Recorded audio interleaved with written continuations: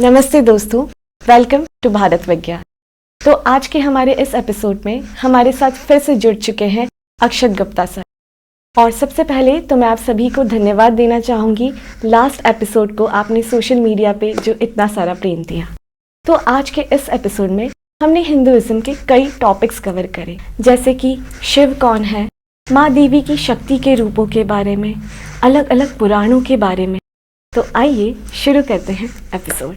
Akshat Gupta sir, welcome to Bharat Vigyan. तो sir, ये हमारा दूसरा पॉडकास्ट है साथ में जी। पहला पॉडकास्ट हमने ऑनलाइन रिकॉर्ड करा था, पर आज फाइनली मुझे यह सौभाग्य मिल सका कि मैं आपके साथ रिकॉर्ड कर सकूं। So welcome again sir. Thank you so much. तो सर, जब लास्ट टाइम हमारी बात हो रही थी तब आपकी द हिडन हिंदू बुक का पार्ट 3 आने वाला था 9 अप्रैल को। और डायरेक्टली अब हम 1 मंथ बाद बात कर रहे हैं और इस बीच में द हिडन हिंदू पार्ट 3 फिर से नेशनल बेस्ट सेलर बना। इसके लिए बहुत बहुत सारी बधाई sir. Thank you so much. तो सर, ये एपिसोड शुरू करते हैं और मेरा पहला प्रश्न, जो कि आध्यात्मिक दृष्टि से भी है और मेरे पर्सनल बिलीफ से भी है, कि आखिर शिव है कौन। तो there are so many thoughts on Shiv, और मैं बताना चाहूँगी कि मैं शिव जी को अपना इष्ट देव भी मानती हूँ। तो जिन्हें ऑडियंस में नहीं पता है कि इष्ट देव क्या होते हैं, तो मैं उन्हें बताना चाहूँगी कि इष्ट देव वह डिवाइन पावर होती है जिन्हें आप मानते हैं। तो जब आप अपनी आंखें बंद करते हैं तो जो आप इमेज आपके मन और मस्तिष्क में आती है वह इष्ट देव कहलाते हैं। अब वह इमेज चाहे एक ज्योति हो सकती है, या कोई मूर्ति हो सकती है, या कोई जियोमेट्रिक फिगर हो सकता है। Am I right, sir? Yes. Okay. तो sir, there are so many thoughts on Shiva. कोई उन्हें इंटरडाइमेंशनल बॉडी कहता है, कोई कहता है कि वो डिस्ट्रॉयर है, कोई कहता है कि वे आदि योगी है, कोई कहता है कि वह पहले इंसान थे जिन्होंने सेल्फ रियलाइजेशन एक्सपीरियंस करा। तो आखिर शिव है कौन? शिव कौन है? शिव को समझना सबसे आसान भी है और सबसे कठिन भी। वो हैं शिव, क्योंकि ना उनका कोई अंत है ना उनकी कोई शुरुआत है। हम एक लौते ऐसे धर्म हैं जिसका असल में भी कोई शुरुआत है ही नहीं। आपको पता होगा कि इस्लाम कब शुरू हुआ, आपको पता होगा कि क्रिश्चियनिटी कब शुरू हुआ। AD और BC में चलते हैं वो, है ना।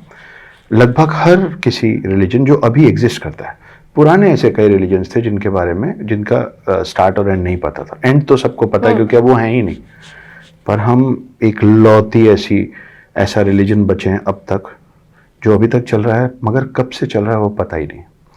तो इसी वजह से हमारी पूरी कहानियों में जब दशावतार की बात आती है तो शुरू होता है मत्स्य अवतार से, जब पूरी धरती पे सिर्फ और सिर्फ पानी था और सिर्फ एक्वेटिक एनिमल्स होते थे।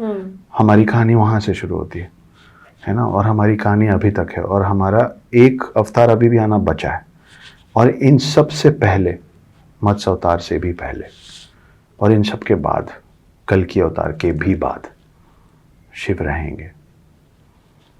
तो आपने जो 2-4 चीज़ें बोली ना, इंटरडाइमेंशनल, आपने कहा डिस्ट्रॉयर, आपने कहा पहले ऐसे व्यक्ति जिनको आत्मबोध हुआ था, ये सब शिव हैं।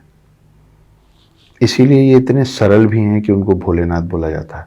और आपने कहा डिस्ट्रॉयर, तो सरलता के साथ ना ये साथ में ही आता है कि जो आप हमेशा अपने आसपास भी देखेंगे कि जो बहुत ज़्यादा डूब के प्रेम करता है ना, वो उतनी ज़्यादा नफ़रत भी करता है, उतने हेटरेट का भी लेवल।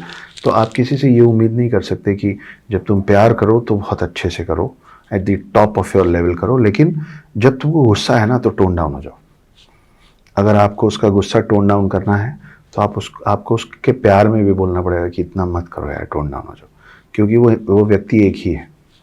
उसमें जो चीज़ आपको अच्छी लग रही है, किसी चीज़ की पराकाष्ठा, हालांकि पराकाष्ठा किसी चीज़ की अच्छी नहीं होती, पर अगर आपको किसी के प्रेम की पराकाष्ठा अच्छी लग रही है तो आपको उसके घृणा की पराकाष्ठा के लिए तैयार होना पड़ेगा।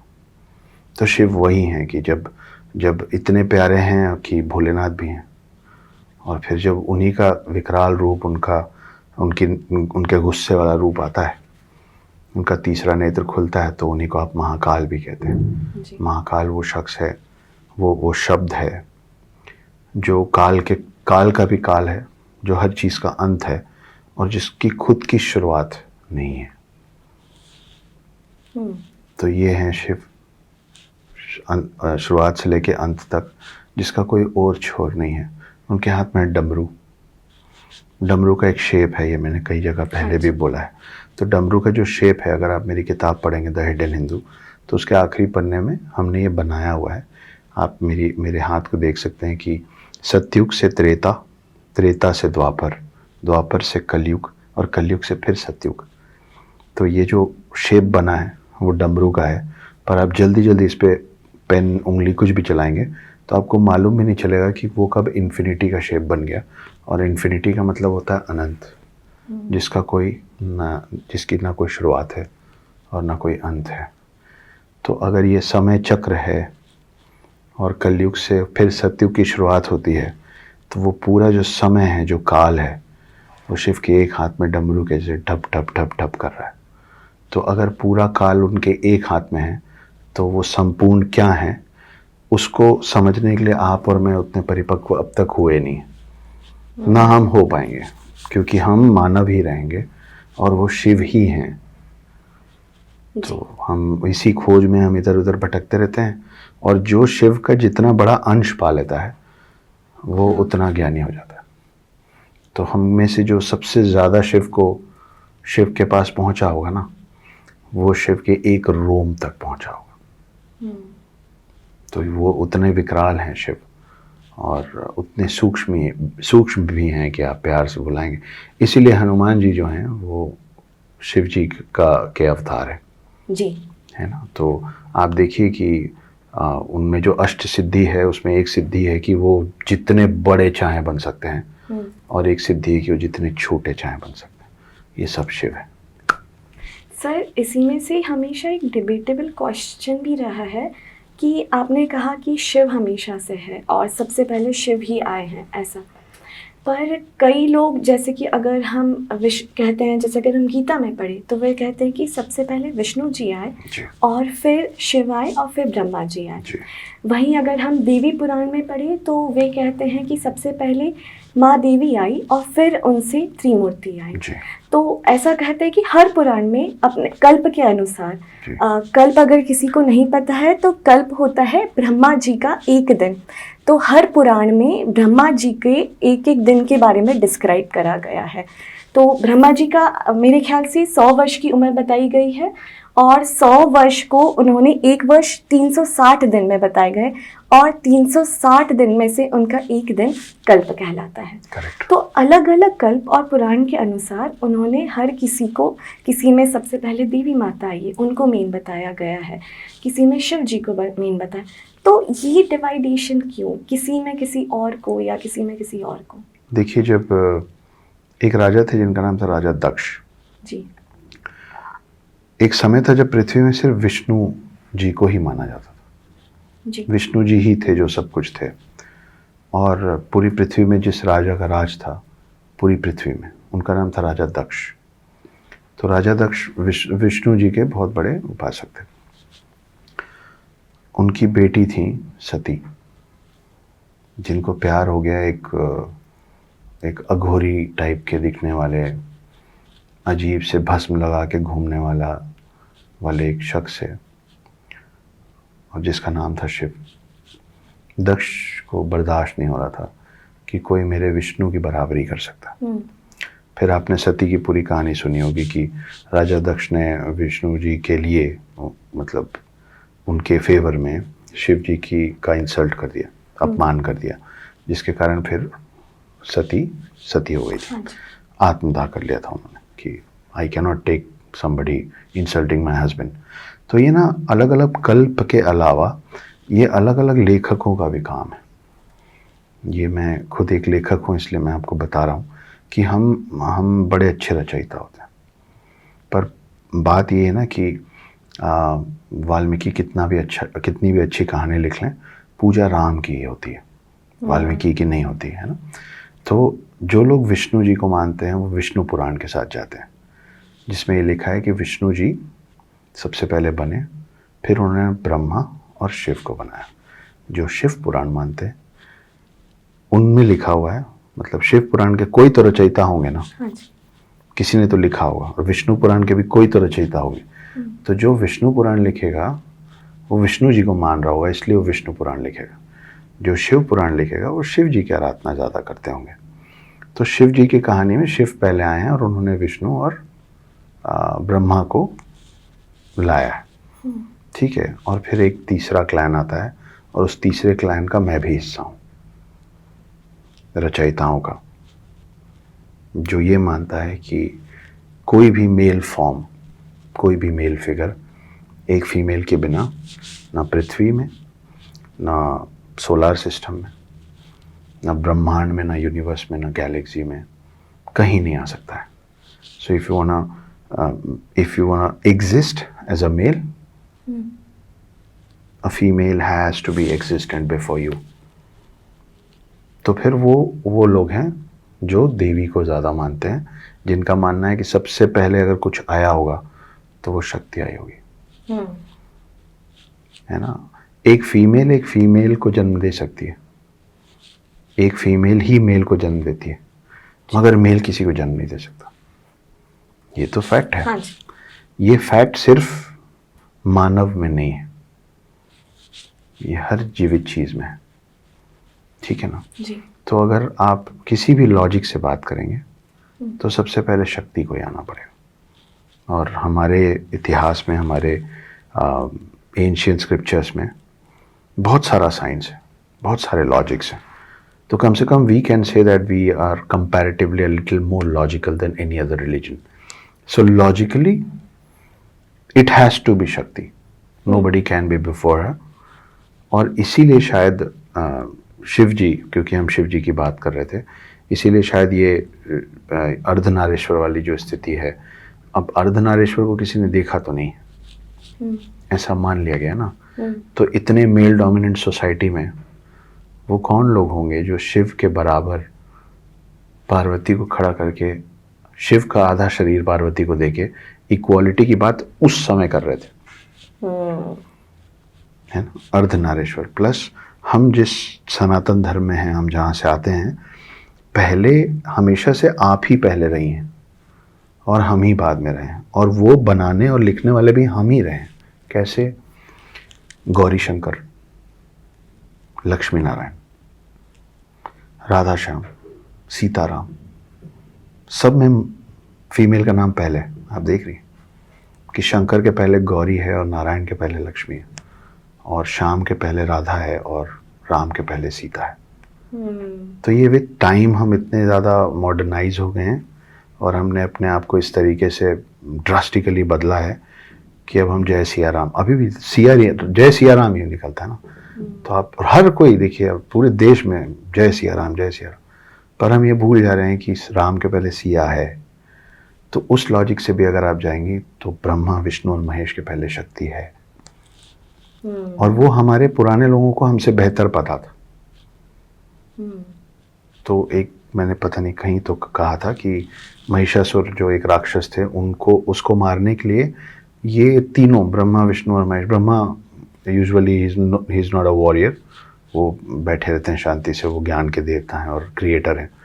तो जो क्रिएटर होता है वो ना प्रिजर्वर होता है ना डिस्ट्रॉयर होता है। आप जननी है ना, आप लोग जननी हैं, तो इसीलिए आप लोग इतने शांत होते हैं, क्योंकि जब आप एक्चुअली कुछ क्रिएट कर लेते हैं तो फिर आप कुछ डिस्ट्रॉय नहीं करना चाहते, है ना, because you understand the importance of creation, so you don't want to destroy anything. इसीलिए आप महिलाएं ज़्यादातर ऐसी होती हैं कि, ज़्यादातर, सबकी बात नहीं कर रहा हूँ, कि घर में कोई छोटी सी चीज़ टूट भी गई ना, तो उसको भी घर से बाहर करने में ना आप लोगों को बड़ी तकलीफ होती है।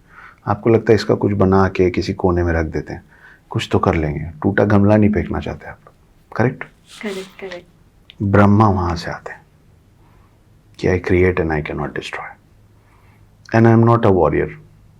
तो कोई भी मेरे क्रिएशन पे हमला करेगा तो I may not be the right person to preserve it, क्योंकि प्रिजर्व करने के लिए भी वो जो डिस्ट्रॉय करने आएगा ना, उसको डिस्ट्रॉय करना पड़ेगा। He doesn't not destroy anything. तो वो कमंडल लेके बैठे हैं और उस कमंडल के अंदर कॉस्मिक एनर्जी है, the whole universe, the energy of the whole universe is in that कमंडल।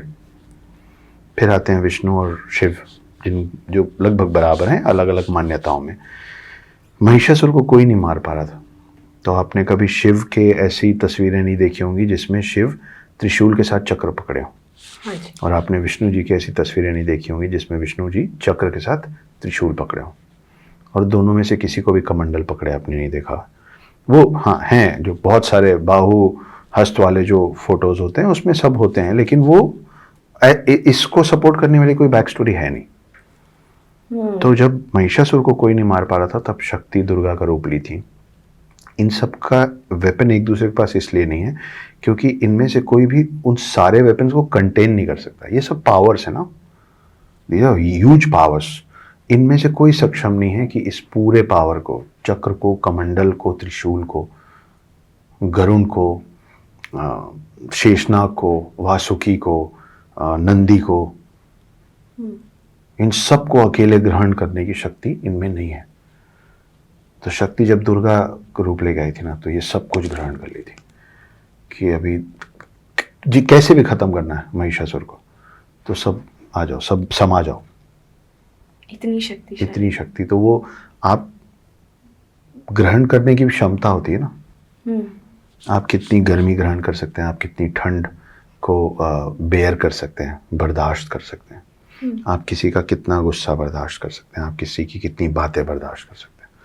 तो आप लोगों में जितनी सहनशीलता है उतनी मेल्स में नहीं होती है, चाहे अच्छा हो चाहे बुरा हो। तो उनमें उस सहनशीलता और वो सक्षमता थी कि उन्होंने सब कुछ ही ग्रहण कर लिया महिषासुर को हराने के लिए। दैट इज हु शक्ति एंड दुर्गा इज। सो या सर, मुझे ऐसा लगता है कि कहीं ना कहीं 2023 में जो हम माता का रूप बताते हैं या जो दिखाते हैं वो कहीं ना कहीं वेस्टर्न कल्चर से इन्फ्लुएंस्ड हो गया है।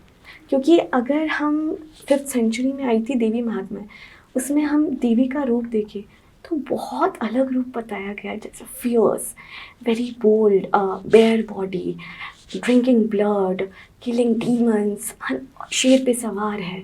और अब जब हम माता का रूप बताते हैं तो कहीं ना कहीं हम एम्बैरेस्ड फील करते हैं माता का वो रूप बताने में, बेयर बॉडी जैसे, या बहुत फियर्स। तो क्या यह सब, मुझे ऐसा मानना है कि सिर्फ हिंदू का ही वह कल्चर है जहाँ पे माता की इतने तरह तरह के रूप वो बता सकते हैं। और बाकी कल्चर्स में भी उन्होंने फीमेल डिवाइन बताई है, पर इतनी अद्भुतता से किसी फीमेल डिवाइन को सिर्फ हिंदू कल्चर ने ही बताया है। और अब जब हम थोड़ी माता का पूरा रूप नहीं बता पा रहे हैं, क्या इसमें वेस्टर्न कल्चर का इन्फ्लुएंस हो सकता है? देखिए, वेस्टर्न कल्चर बहुत सारी जगह पे हमारी मान्यताओं को डिमीन करता है, मगर हर जगह नहीं। किसी भी कल्चर में, वेस्टर्न वर्ड के साथ आप कल्चर कह रही, किसी भी कल्चर में सिर्फ अच्छा या सिर्फ बुरा नहीं होता। हमारे कल्चर में भी कमी है, बाकियों में भी। हमको हमेशा डिसाइड करना होता है कि हम किस कल्चर से क्या लेना चाहते हैं। हमारे कल्चर के साथ सबसे बड़ी खूबसूरती ये है कि हमको अलाउड है हमारे कल्चर को क्वेश्चन करना। इसीलिए हमारा कल्चर अभी तक है, क्योंकि हम उसको क्वेश्चन करके लगातार इम्प्रूव करने की हमको परमिशन दी हुई है। हम वो लोग हैं जो मंदिर में जाके तू करके अपने भगवान से बात कर लेते हैं, है ना। मैं बच्चन साहब की बिल्कुल बात नहीं कर रहा हूँ पर हम उसके अलावा भी जाके कि तू मुझे ये दे दे तो मैं तुझे ये दे दूंगा। हम बार्टर डील से लेके, गिव एंड टेक से लेके, और पैसा देके और प्रसाद देके सब कर लेते हैं, है ना। खजराना में हमने बहुत करा, सब जगह होता है। जिनको ना पता हो, खजराना इंदौर का एक बहुत प्रसिद्ध मंदिर है गणेश जी का, तो उसकी बात कर रही है। और यह हम इंदौर में ही शूट कर रहे हैं। तो कल्चर्स में, सब कल्चर्स में प्रॉब्लम्स हैं। जैसे जहाँ तक कल्चरल डिफरेंस की बात है, क्रिश्चियंस में जिस पहले व्यक्ति ने बोला था कि अर्थ इज़ राउंड, उनका नाम गलीलियो था, उनको एंटी क्राइस्ट बोल के टांग दिया था। तो they were not susceptive, they were not ready to accept changes. पर जब वहाँ वो हो रहा था ना, तब भी यहाँ हमारे देश में ज्योग्राफी को भूगोल ही कहते थे। भू मतलब लैंड और गोल मतलब गोल। तो मैंने अभी ये बात कही थी, तो एक महानुभव खड़े हो गए थे और उन्होंने बोला कि ये तो प्रूव कर दोगे, लेकिन ये कैसे प्रूव करोगे कि भूगोल शब्द गलीलियो के बाद नहीं, गलीलियो के पहले बना था। तो मैंने बोला आप साउथ घूम के आइए, हज़ारों साल प्राचीन मंदिर इतने सारे हैं, उसमें बहुत सारी ऐसी मूर्तियां हैं जिसमें वराह अवतार, जिसको अब हम लोग कांतारा के बाद से ज़्यादा अच्छे से जानते हैं, वो हज़ारों साल पुरानी मूर्तियां हैं जिसमें वराह अवतार के सीन में गोल ग्लोब रखा है, फ्लैट ग्लोब नहीं रखा है। तो गलीलियो 1000 साल पहले का तो नहीं है ना। तो ये चीज़ है। तो कल्चर हम लोग देखिए, आज की डेट में अभी ये जो AI आया है और चैट GPT आया है ना, इनके साथ बड़े कमाल की चीज़ें हो रही हैं। आप थोड़ा सा गूगल कीजिए और वो सब वहीं से आया है ना। तो उसमें हमारी देवी देवताओं को जिस तरीके से दिखाया जा रहा है, मुझे तो लगता है कि कुछ ऐसी तस्वीरें मैंने देखी जिससे मेरी श्रद्धा भक्ति बढ़ रही थी। श्री राम की अभी एक इमेज बहुतों की, हनुमान जी की, दुर्गा की। तो वो जिस तरीके में वो शेर के ऊपर सवार हैं और उनको जिस तरीके का आभूषण और वस्त्र पहनाया और उनके चेहरे पे जो, उनकी आंखों में जो तेज है, ये मैं जब छोटा था ना, तो उस समय ऐसे फ्रेम में तस्वीरें आती थी, आप में से कुछ लोगों ने देखा होगा। तो उसमें जब सरस्वती जी की आप फोटो देखते थे या दुर्गा जी की आप फोटो देखते थे, तो ना अपने आप भाव विभोर होते, you used to feel overwhelmed, you know, कि लगता था कि हाँ यार, मतलब there's something in that picture which was missing in last 20-25 years, क्योंकि वो कल्चर से ट्रेंड हो गया था। अब हम ट्रेंड से कल्चर की तरफ जा रहे हैं, शायद इसीलिए आप और मैं, आप मुझसे थोड़ी यंग हैं, मैं भी अभी तक बूढ़ा पूरा नहीं हुआ, and we are sitting here and we are discussing God's.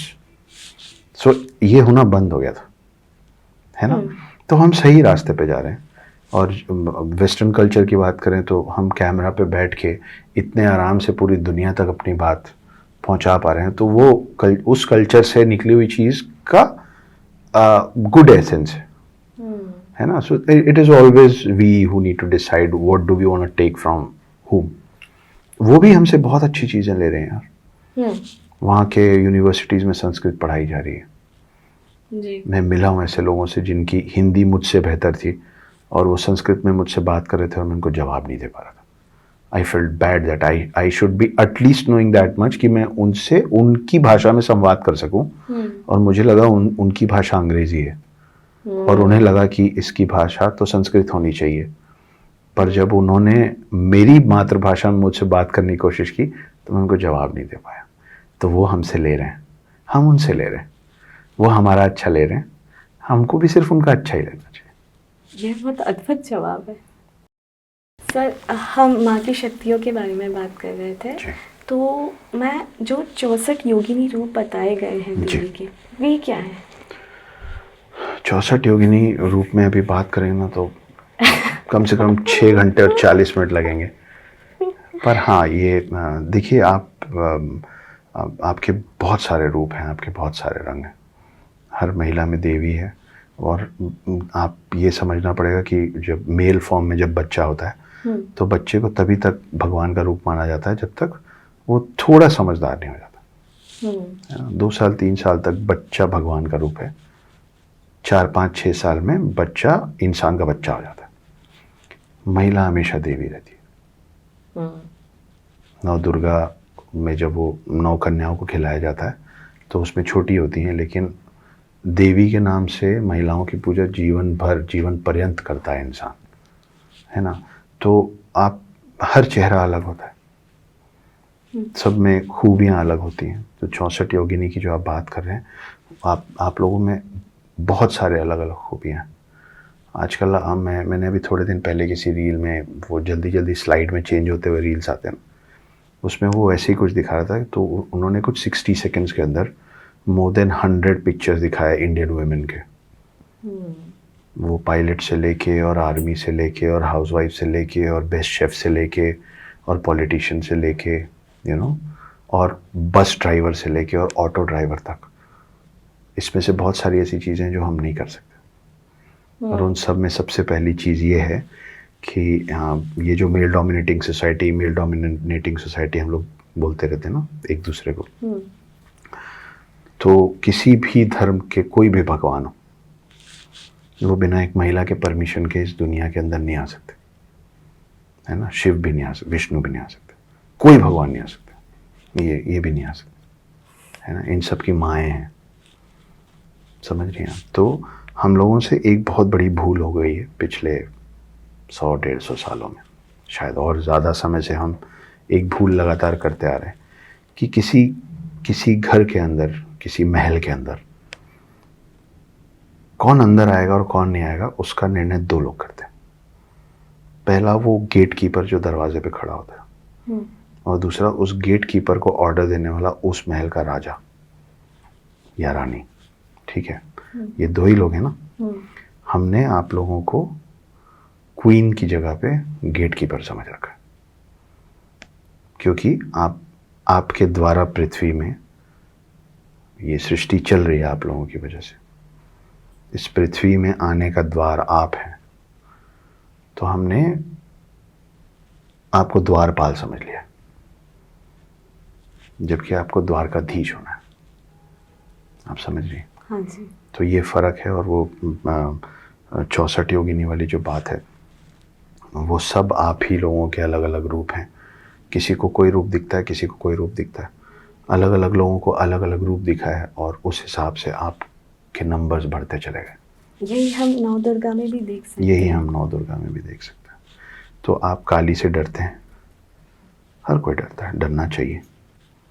इसलिए डरना चाहिए क्योंकि हम में से कोई नहीं चाहता है कि आप में से कोई भी काली रूप दिखाएं। हाँ, क्योंकि जब काली नाराज़ होती हैं तो उनको शिव भी नहीं रोक पाते, कोई देवी देवता उनको रोक नहीं पाता।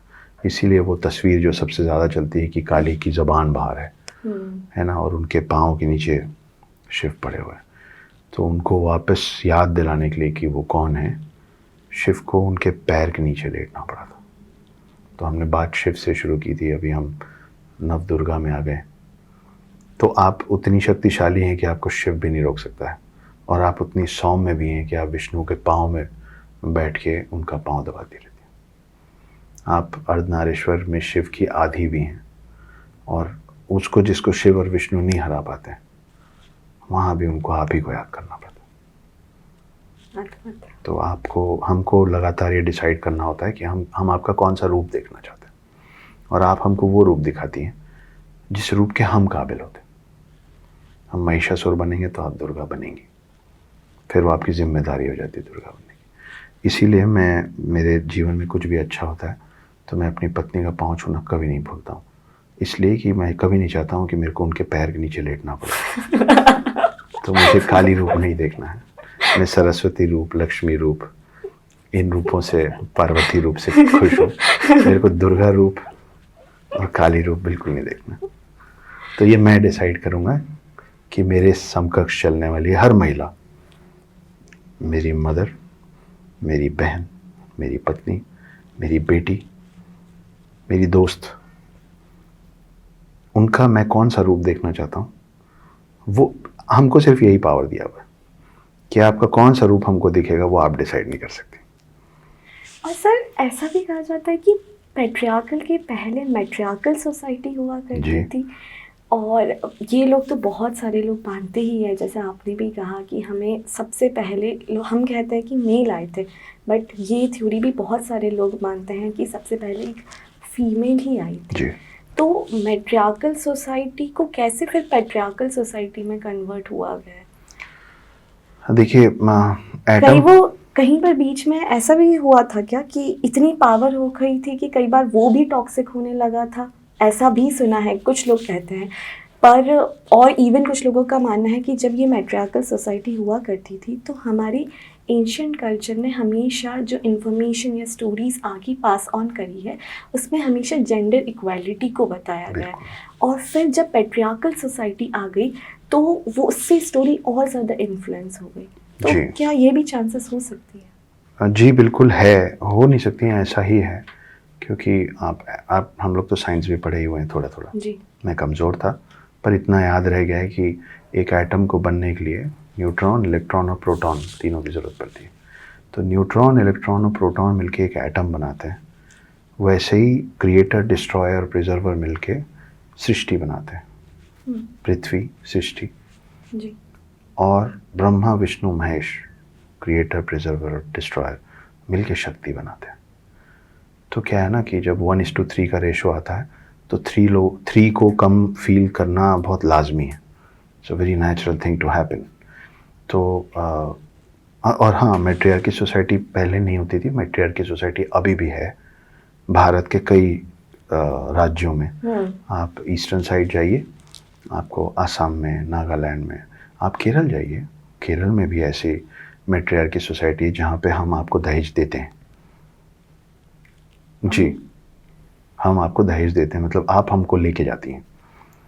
और अच्छा। जी, और वहाँ पे सारी प्रॉपर्टीज़ फीमेल्स के नाम पे होती हैं, सारे फाइनेंशियल डिसीजंस फीमेल्स के होते हैं, और जो हस्बैंड्स हैं वो अपना काम करने जाते हैं और सब कुछ सारे डिसीजंस फीमेल्स लेते हैं। तो और मैट्रियार्की सोसाइटी ही शायद सही सोसाइटी थी, क्योंकि प्रकृति ने हमको इस तरीके से बनाया है हितैषिका कि हम we are the labour class, you know, we are physically strong for two reasons. One, to do all those works that you shouldn't be doing, not because you can't do that. It's because God has created us this way that, you know, you are in a comparatively upper platform than us. So जैसे आप घर में देखती होंगी कि कोई बड़ा कुछ करता होता है तो छोटे क्या बोलते हैं, आप रहने दीजिए, मैं कर लेता हूँ। नॉट दैट वो बड़ा नहीं कर सकता है, that's the kind of respect that this is our culture. तो बहुत सारी ऐसी चीज़ें हैं जो आप लोग, हम नहीं चाहते थे कि आप करें, और वो बाद में विद टाइम चेंज हो गया, ऐसा हो गया कि हम ये ना करें तो क्या होगा। तो ऐसा है नहीं, है ना। लेकिन वो समय है, समय बदल रहा है, कलयुग। अब आपको क्या लगता है कि सत्युग और त्रेता युग और द्वापर युग में भ्रूण हत्याएं होती होंगी? नहीं होती होंगी। तब तो सीता आई, द्रौपदी आई, झांसी की रानी आई, पंचकन्या आई। इसके अलावा ऐसा भी सुना गया है कि तांत्रिक की मेन पूजा में भी माता रहती है। जी, तो ये पावर उनको भी पता है और अभी तक ये चल रहा है? नहीं, उनको नहीं पता है हितैषिका। आप लोगों में क्या पावर है ये सबको पता है। मैं किसी पॉलिटिकल पार्टी का नाम नहीं लेना चाहता हूँ जी। पर जब भी कोई भी शख्स बहुत ज़्यादा पावरफुल होने लग जाता है ना, तो बाकी वो द सीक्रेट बुक की लाइन्स है ना, द यूनिवर्स कंस्पायर्स। तो the universe does not always conspires in your favour. There are time when the universe conspires against you. उदाहरण, आप कुछ सही कर रही हैं और बहुत सारे लोग चाह रहे हैं कि ये सही ना करे, तो वो भी तो मैनिफेस्ट कर रहे हैं ना कि ये गलती करे, ये गलती करे, ये गलती करे। तो यूनिवर्स तो बड़ा न्यूट्रल सा है ना, तो बहुत सारे लोग मिलके एक साथ ये मैनिफेस्ट करेंगे कि इससे कोई गलती हो जाए तो हो जाएगी। अगर सीक्रेट सही है और ये रूल है तो फिर हो जाएगी, है ना। तो अघोरियों को पता है कि देवी कितनी शक्तिशाली है, ऐसा नहीं है। इस पृथ्वी पे हर किसी को, कम से कम इस देश में हर किसी को पता है कि महिला कितनी शक्तिशाली है। और जब हम किसी भी प्रकार की शक्ति से डरते हैं ना, तो हम संगठित होना शुरू करते हैं उस शक्ति के खिलाफ। रीसेंट एग्जाम्पल जिससे कोई अछूता नहीं है, मैं इसमें किसी को अच्छा और बुरा नहीं बोल रहा हूँ, मैं बात कर रहा हूँ कि कोई ज़्यादा पावरफुल होता है तो कैसे लोग संगठित होना शुरू होते हैं against. So this right now this is BJP against the almost all the other parties put together. तो आप ये सोचिए कि ये सारी पार्टीज आज तक इसके पहले साथ क्यों नहीं आई थी? क्योंकि उनको इतना डर नहीं था। तो आप लोगों से, आप लोग जिस लेवल पे हैं या होने चाहिए, उस चीज़ से हम डरते हैं। इसीलिए इंदिरा गांधी एक ही हो पाई। जी।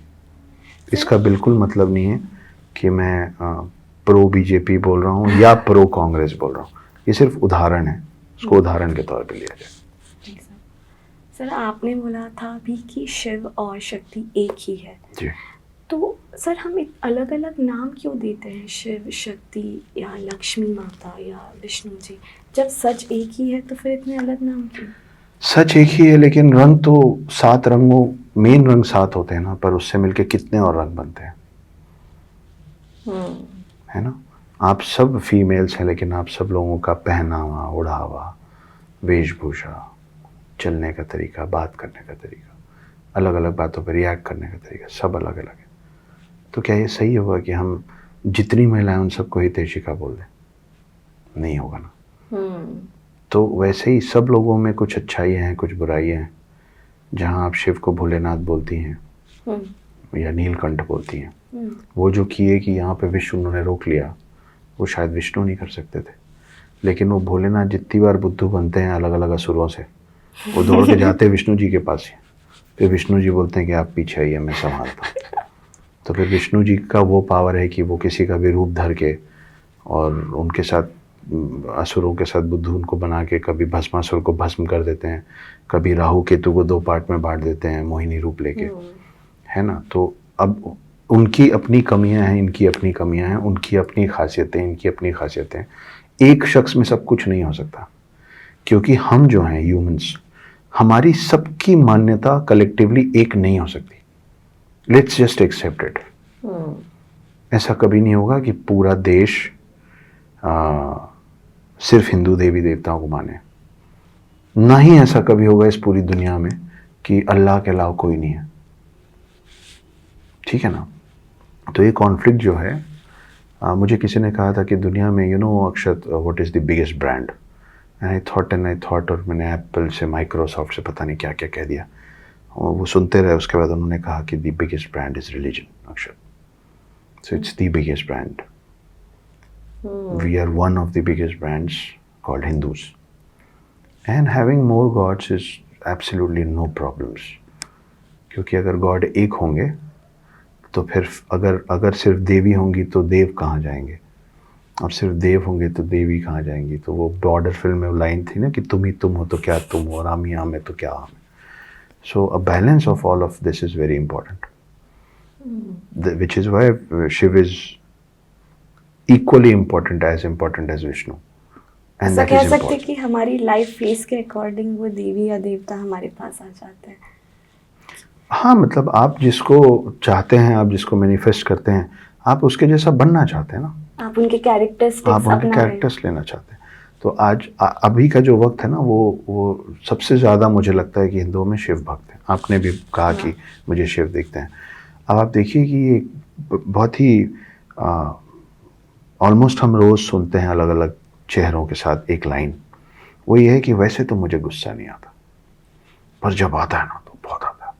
ये शिव का ट्रेट है, ये शिव का ट्रेट है। वो बहुत समय तक लेते रहते हैं, मुस्कुराते रहते हैं, बोल लो जो बोलो, फिर एक दिन उनको गुस्सा आता है।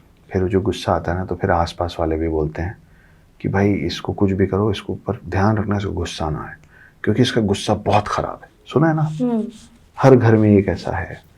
तो ये हम ऐसे इसलिए हो गए हैं क्योंकि हम शिव के ट्रेट को ले रहे हैं। तो इसलिए हम लोग बड़े सैक्रिफाइस, मतलब हम सैक्रिफाइस भी बहुत करने को तैयार। हम बड़े सारे घूंट पी लेते, नहीं बोलेंगे नहीं बोलेंगे, फिर एक दिन वो पूरा।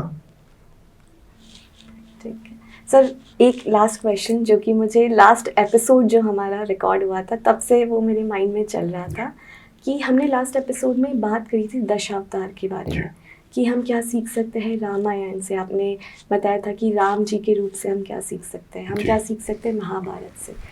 पर हम पुराण मानव क्यों पढ़े? उसमें तो ईश्वर की लीलाएं बताई गई है ना, उसमें तो मानव नहीं है, उसमें तो ईश्वर। तो क्यों वो इतना इम्पोर्टेंट है उनकी लीलाएं पढ़ना भी हमारे लिए? इसलिए इम्पोर्टेंट है क्योंकि हम सब में ईश्वर है। आप चाहते हैं कि आपको लोग ईश्वरीय रूप में देखें, आपके जाने के बाद आपको ईश्वरीय रूप में याद रखें। तो जब तक आप ईश्वर के समीप नहीं जाएंगे, आप ये नहीं जानेंगे कि ईश्वर क्या करते थे जी। और आप में मुझ में हम में से कोई भी ना साधारण जीवन और मृत्यु नहीं देखना चाहता। हर कोई इसीलिए मेहनत कर रहा है। Everybody wants to register the name in history. सबको इतिहास में अपना नाम दर्ज कराना है। कैसे होगा दर्ज? बाकी लोगों से अलग करके ना। अलग क्या है? अलग तो हर कोई इंसान है, तो फिर इंसानों में अलग क्या है? भगवान ही तो अलग है। हर कोई ये बनना चाहते। अब जब ये अलग बन गए थे तो इनको तो भगवान बना दिया गया। इनके साथ बहुत बड़ी विडंबना है, आपको पता है? ये मूर्ति पूजन के खिलाफ थे। अच्छा जी। ये चाहते थे कि इनकी कोई तस्वीर ना हो, कोई पेंटिंग ना हो, कोई मूर्त ना हो। आपको पता है सबसे ज़्यादा फैंसी गॉड जो आज की डेट में हर घर में मूर्ति बन के बैठे हैं वो ये हैं। ये हम इंसान हैं जो सबसे ज़्यादा जिसको भगवान बना दिए, वो जो चाह रहे थे बस वही नहीं कर रहे हैं। अब ये किस्मत की बात है कि आप और मैं जहाँ बैठे हैं वहाँ ये हैं, तो ये इंसानों से थोड़ा सा ऊपर उठे थे तो ये भगवान हो गए। तो हम सब देव पुराण पढ़ के भगवान क्या करके भगवान बने हैं उसमें लगे हुए हैं। इसलिए वो पढ़ना बहुत ज़रूरी है क्योंकि ईश्वर का कोई ना कोई अंश आप में और मुझ में है। बहुत ही अद्भुत। आज के इस एपिसोड से मैंने बहुत कुछ सीखा है और मेरी खुद की बहुत सारी पर्सनल डाउट्स भी मैंने पूछे हैं। ठीक, एक आखिरी चीज़ जो आप दर्शकों को बोलना चाहेंगे या बताना चाहेंगे इस कलयुग से रिलेटेड? कलयुग ख़त्म होने में भी बहुत वक्त बचा है, इसलिए कलयुग के आड़ में कलयुग जैसी हरकतें ना करें। अभी के समय में जिए, आसपास वालों को खुश रखें, खुद खुश रहें। पॉलिटिशियंस के लिए छोड़ दें, ऑफिसेज में मत पहुंचाएं। आप अपने अंतरात्मा में खुश रहेंगे, अच्छी नींद आएगी रात को, और आपकी नींद अच्छी होगी और आपके आसपास वाले खुश होंगे, तभी आप खुश होंगे। ऐसा सनातन धर्म सिखाता है। Thank you so much Akshat Gupta sir, thank you so much. Thank you so much for listening.